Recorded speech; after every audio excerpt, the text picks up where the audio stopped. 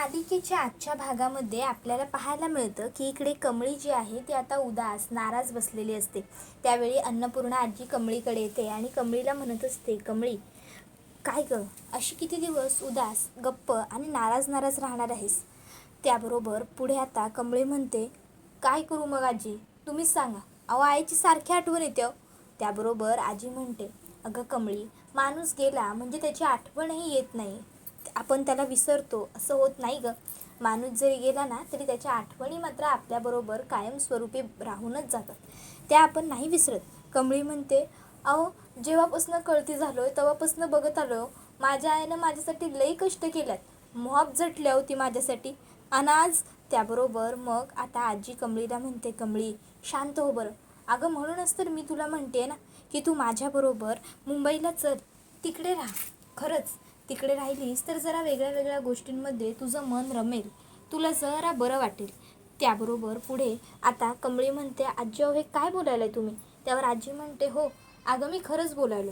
कमळी तुला माहिती आहे, एवढी वर्ष मी एका आशेवर जगत आले, ती म्हणजे मला माझी मोठी नात सापडेल। पण आता मला काय वाटतं माहिती आहे, मी माझ्या मोठ्या नातीचा शोध घेणं थांबवलं पाहिजे आणि समोर असलेल्या माझ्या या नातीला स्वीकारलं पाहिजे। त्यावर कमळी म्हणते, म्हणजे आजी? त्याबरोबर आजी म्हणते, कमळी माझी हीच इच्छा आहे की तू आता माझी नात म्हणून माझ्याबरोबर माझ्या घरी कायमचं यावं। आता तू तिथे पाहुणी नसशील, आता ते घर तुझं असेल। मी राजनबरोबर हे या विषयावर बोलणार आहे, मी राजनला सांगणार आहे, अगं तो दत्तक घेईल तुला, कागदोपत्री सगळ्या गोष्टी व्यवस्थित होतील आणि आपलं नातं कागदोपत्रीसुद्धा पक्कं होईल। त्यावर कमळी म्हणते, आजी अहो पण ह्या सगळ्या गोष्टींची काय गरज आहे? अहो म्या तुम्हासनी माझी आजी मनापासून मानलं आहे आणि तुम्ही मी मला मनापासून तुमची नात म्हणतायचं ना, मग आपल्या ह्या नात्यामध्ये कागदोपत्र सह्या शिक्के कशासाठी आणायचे आपण?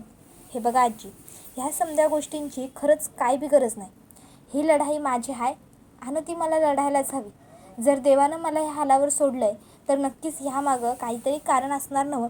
आजी म्या नेमकी कोण आहे, माझं अस्तित्व काय, हे मला हुडकून काढायचं आहे, मला माझी ओळख शोधून काढायची आहे, त्यामुळं मी आता ते करणारच। उलट मला तुमच्याकडनं एक वचन हवं आहे आजी। त्यावर आजी म्हणते, बोल ना कमळी। कमळी म्हणते, या समध्यात तुम्ही मला कसली बी मदत करणार नाही आजी। त्यावर आजी म्हणते, कमळी अगं। त्यावर कमळी म्हणते, नाही आजी, अहो ह्यो संघर्ष माझा आहे, माझ्या एकलीचा, आणि तो मलाच केला पाहिजे, त्यामुळं ह्या समध्यात मला तुम्ही मदत करायची नाही। त्यावर आजी म्हणते, ठीक आहे कमळी, तू म्हणशील तसं होईल, या सगळ्यात मी कुठेही तुला मदत करायला पुढे स्वतःहून येणार नाही। पण कमळी एक गोष्ट मात्र नक्की, जिथे तू अडखळशील, जिथे तू अडचणीत असशील, तिथे मात्र मी हमखास तुझ्या मदतीसाठी येईन। तर दुसऱ्या बाजूला ऋषी आणि कमळी हे दोघंजणं वाळुंजी गावामध्ये पोहोचलेले असतात। आता तिकडे आल्यानंतर ते पोस्ट ऑफिसमध्ये येतात। पोस्ट ऑफिसमध्ये आल्यावर कमळी म्हणत असते, आबा एवढी वरीस तुम्ही तुमच्या ज्या प्रश्नाचं उत्तर हुडकण्याकरता इथे येत होतात, आज त्याच प्रश्नाचं उत्तर शोधाया तुमची नात इथं आली आहे। त्यानंतर मग आता ते त्या पोस्टातल्या माणसाकडे येऊन विनंती करतात की जरा हा पत्र तपासून बघा, याच्यामध्ये जरा जी माहिती आहे त्याच्यावरून आम्हाला तुमची मदत हवी आहे। आता ते उद्धट पद्धतीने कमळीबरोबर बोलत असतात आणि कमळी मात्र त्यांना विनवणी करत असते, काका प्लीज तपासा वगैरे। त्यावेळी ते म्हणतात की हो आम्हाला काही एवढीच कामं आहेत का, आम्हाला आमची कामं शिकवू नका, चला निघा इकडनं, काही मदत मिळणार नाही। त्यावर मग मात्र ऋषीला राग आलेला असतो आणि आता ऋषी म्हणत असतो की एक मिनिट, कुठली पद्धत आहे तुमची बोलण्याची? हे बघा सरकारी कामगार आहात ना तुम्ही, मग जर लोकांना मदत करायची नसेल ना तर काही हरकत नाही, पण किमान तुमच्याकडे आलेल्या लोकांचा अपमान करू नका। त्याबरोबर तो म्हणतोय, आता आम्हाला तू शिकवणार का आमची कामं? गावातलं तर वाटत नाहीस, बाहेर नेऊन आमच्यावर शिरजोरी करतोय का? त्यावेळी कमळी म्हणते, ऋषी सर प्लीज ऐका ना माझं, आपल्याला आपल्या प्रश्नांची उत्तरं हव्यात की नाही? अहो मग ह्या असं वाद घालून काय बी मिळणार नाही आहे इथं, तुम्ही जरा शांत राहा। दादा अहो म्या तुमची हवं तर माफी मागतो, तुमच्यामुळं हात जोडतो, पाया पडतो, पर प्लीज एकदा हे पत्र हातात घेऊन बघा आणि मला सांगा की अहो आम्ही लय लांबनं आलो। त्याबरोबर खाली बसलेले काका म्हणतात, अरे बघ की लांबनं आल्यात नव्हती। त्याबरोबर मग ते काका ते पत्र हातात घेतात आणि म्हणतात, ह्या पत्राबद्दल म्हणायचं झालं तर भाई हे पत्र आमच्याच पोस्ट ऑफिसातनं गेले, शिक्का आहे तसा आमचा, पण अहो पत्ता बित्ता काय नाही याच्यावर, त्यामुळं काय सांगता नाही यायचं। त्यावर कमळी म्हणते, अहो तुमच्या डेटामध्ये काहीतरी असेल की, रेकॉर्ड असेल की काहीतरी तुमच्याकडं जुना. त्यावर ते म्हणतात, ते तर तुम्हाला तपासण्यासाठी आता तालुक्याच्या गावी जावं लागेल. त्यानंतर कमळी बाहेर पडल्यावर नाराज असते, तर ऋषी तिला समजावतो की आपण पुढे जाऊया, आपल्याला काहीतरी नक्की सापडेल. तर दुसऱ्या बाजूला आता इकडे जी राधिका वहिनी असते ती आलेली असते आणि ती आता नयनताराला म्हणते, आई तुमच्याशी थोडं बोलायचं होतं. नयनतारा म्हणते, बोल ना. त्यावर राधिका म्हणते, आई अहो ऋषीला आता घरातून जाऊन जवळपास 4-5 दिवस झाले, अजून त्याचा काही पत्त्या नाही, फोन नाही, मेसेज नाही. मला असं वाटतं की तो तुमच्या फोनची किंवा मेसेजची वाट बघत असेल. आई प्लीज तुम्ही ऋषीला एकदा एक कॉल करा ना प्लीज. त्याबरोबर मग नयनतारा म्हणते, राधिका मला या विषयावर कोणाशीही बोलायचं नाही असं मी आधीच सांगितलं. त्यावर राधिका म्हणते, हो आई मला माहिती आहे, पण प्लीज एकदा. त्यावर मग नयनतारा म्हणते, नाही राधिका एकदा नाही आणि काही नाही. त्यावर राधिका म्हणते, आई हो आई आहात ना तुम्ही त्याच्या. त्याबरोबर मग नयनतारा म्हणते, तेच तर, तू सुद्धा एक आई आहेस ना राधिका, मग विचार कर ना, प्रत्येक वेळी आईनेच का मुलांच्या सर्व चुका पोटात घालायच्या? कधीतरी मुलांनी सुद्धा आईला समजून घ्यायला नको? ऋषीच्या बाबतीत कायम हेच होत गेलं. मी कायम त्याला पाठीशीच घालत गेली आणि त्यामुळेच तो असा वागू लागला. त्याला माहिती झालं आहे आई रागवेल, चिडेल, बोलेल, ओरडेल, थोडे दिवस गप्प बसेल, पण शेवटी आई नॉर्मल होईल आणि सगळं व्यवस्थित होईल. पण आता नाही, आता तसं होणार नाही.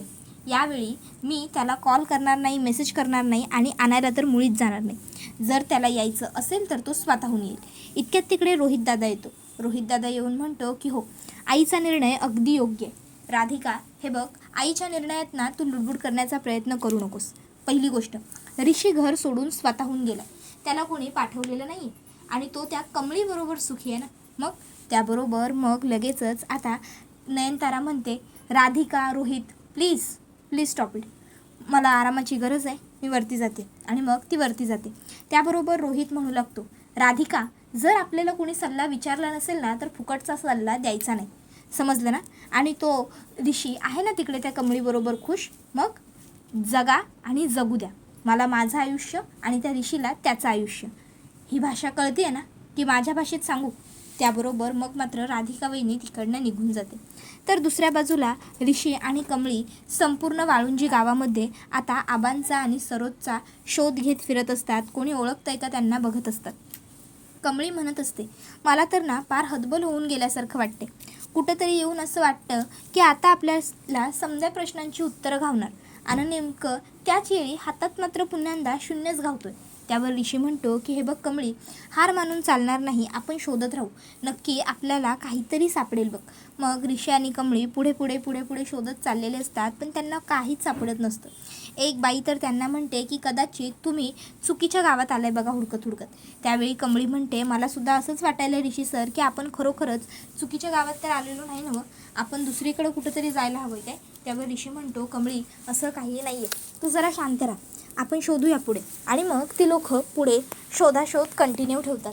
एक बाई आता त्यांना म्हणते, काय रे सकाळपासून बघायलोय तुम्ही गावात हिंडायलायसा, कुणाच्या परवानगीनं हिंडायलाय आणि कुणाला शोधायलाय? त्याबरोबर मग आता ते काकासुद्धा म्हणतात दुकानदार की हो हो बरोबर आहे, गावातले तुम्ही वाटत नाही, ओळखीचे दिसत नाही. त्यावर मग ऋषी आणि कमळी सांगतात की आम्ही काही कोणाला त्रास द्यायला आलेलो नाही आहोत, आम्ही इकडे एका माणसाला शोधायला आलो आहे बास. त्याबरोबर मग त्या काकू म्हणतात की अरे पोरांनो तसं नाही, नाही म्हणजे अशा गावात अनोळखी लोकांना बघितलं की गावकरी घाबरतात तर चोऱ्या माऱ्या होत्यात नवं म्हणून विचारलं. त्यावर ऋषी आणि कमळी म्हणतात की आम्ही तशी लोकं नाही आहोत, आम्ही फक्त आमच्या कामासाठी आलो. त्यानंतर ऋषी आणि कमळी दोघंही जण एका जागी बसतात. त्यानंतर ऋषी कमळीला म्हणतो, कमळे अगं असे हातपाय गाळून नाही चालणार, आपल्याला आणखीन प्रयत्न केले पाहिजे. तर दुसऱ्या बाजूला इकडे आता अन्नपूर्णा आजी म्हणते, बापरे राजन, एवढ्या दिवसांनंतर पुन्हा ही जागा बघितली आणि वाईट वाटलं रे खूप. हे प्रोजेक्ट सक्सेसफुल झालं असतं तर किती बरं झालं असतं नाही.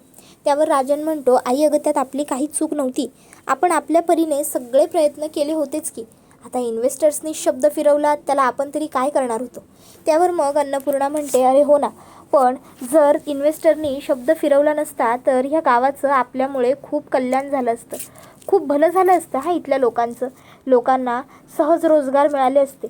त्याबरोबर मग आता राजन म्हणतो, आई ह्या गावाने माझं पूर्ण आयुष्य बदललं. त्याबरोबर लगेचच आता अन्नपूर्णा म्हणते, ह्या गावाने फक्त तुझंच नाही रे, आपल्या संपूर्ण महाजनी कुटुंबाचं आयुष्य बदललं. ह्या गावाला गौरीला भेटायला येतानाच तर तुझ्या बाबांचा अपघात झाला होता ना.